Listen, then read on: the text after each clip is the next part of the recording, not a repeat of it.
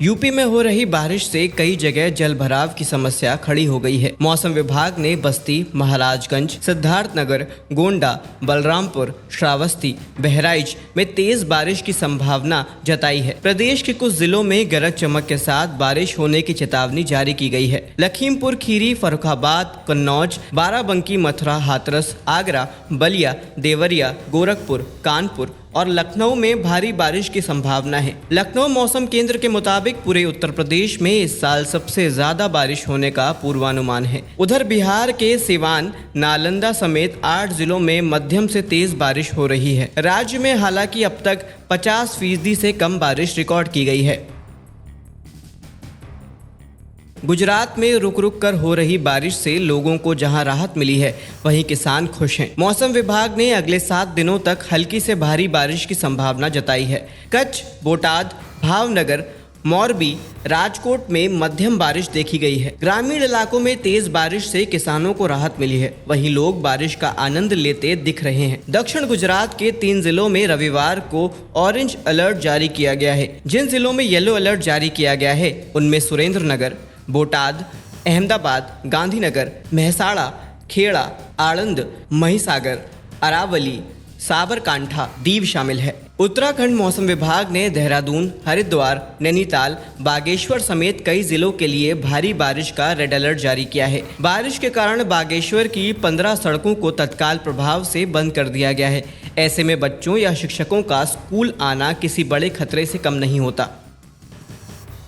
राष्ट्रीय बागवानी board NHB सब्जी और फलों और फूलों की कमर्शियल खेती पर सब्सिडी स्कीम के तहत किसानों को खर्च का 50% पैसा दे रहा है। बोर्ड ने पूर्वोत्तर राज्यों में सेब, अंगूर, अमरूद और फलों की कमर्शियल खेती को बढ़ावा देने के लिए सब्सिडी योजना का विस्तार किया है। बोर्ड ने कहा है कि 2.5 एकड़ से अधिक एरिया को कवर करने वाले एग्रीकल्चर प्रोजेक्ट पर आने वाले खर्च का आधा पैसा किसान को मिलेगा। बोर्ड के अनुसार सब्सिडी योजना के तहत अलग अलग कमर्शियल फसलों और कार्यों के लिए 30% से लेकर 50% सब्सिडी दी जा रही है।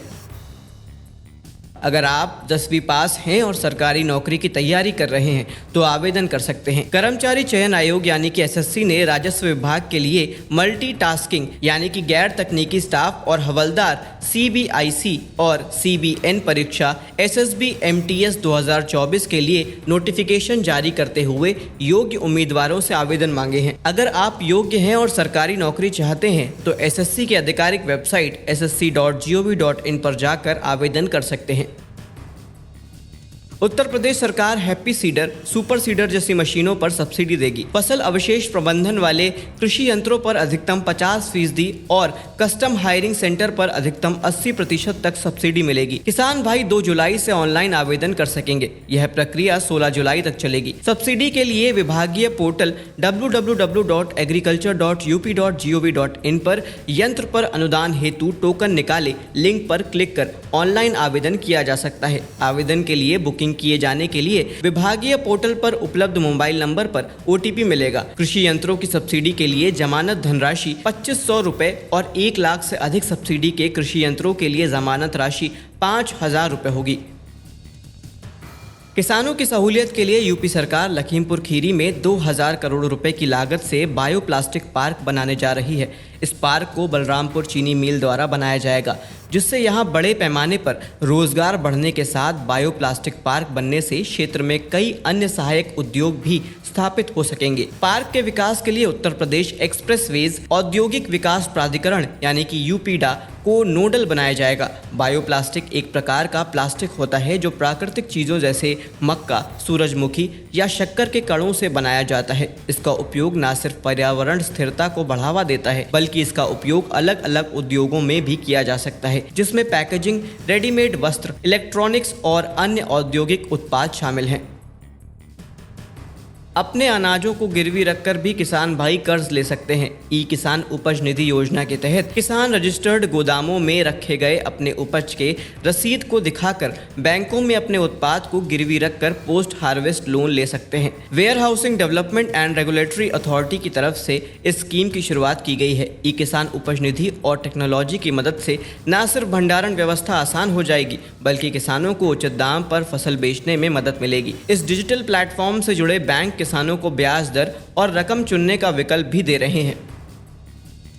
केमिकल से पकाए आम आपके लिए खतरनाक हो सकते हैं। भारतीय खाद्य सुरक्षा और मानक प्राधिकरण ने व्यापारियों, फल संचालकों और खाद्य व्यवसाय संचालकों यानी कि FBO से फलों को कृत्रिम रूप से पकाने के मापदंडों का सख्ती से पालन करने को कहा है। प्राधिकरण की तरफ से कहा गया है कि थोक विक्रेता मांग को पूरा करने के लिए आमों को कृत्रिम रूप से पकाने के लिए रसायनों का इस्तेमाल कर रहे हैं, जो गलत है। रसायनों के पके आमों को खाने से पेचिस और पेट में सूजन जैसी बीमारियां हो सकती हैं।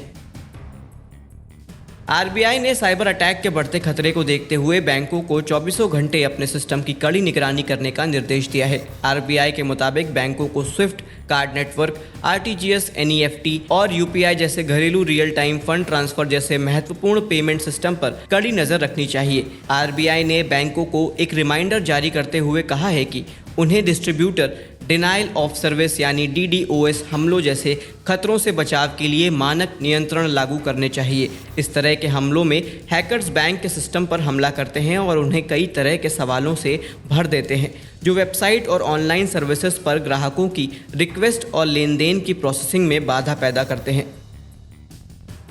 मक्का की खेती करने वाले किसानों के लिए अच्छी खबर है। पंजाब के खरीफ मक्का की खेती को बढ़ावा देने के लिए किसानों को मक्का के हाइब्रिड बीजों पर सब्सिडी दी जा रही है। सब्सिडी की राशि सीधे लाभार्थी के खाते में DBT के माध्यम से ट्रांसफर कर दी जाएगी। राज्य के इच्छुक किसान संकर मक्का बीज पर सब्सिडी का लाभ उठाने के लिए ऑनलाइन पोर्टल agrimachinerypb.com पर अपना आवेदन जमा कर सकते हैं।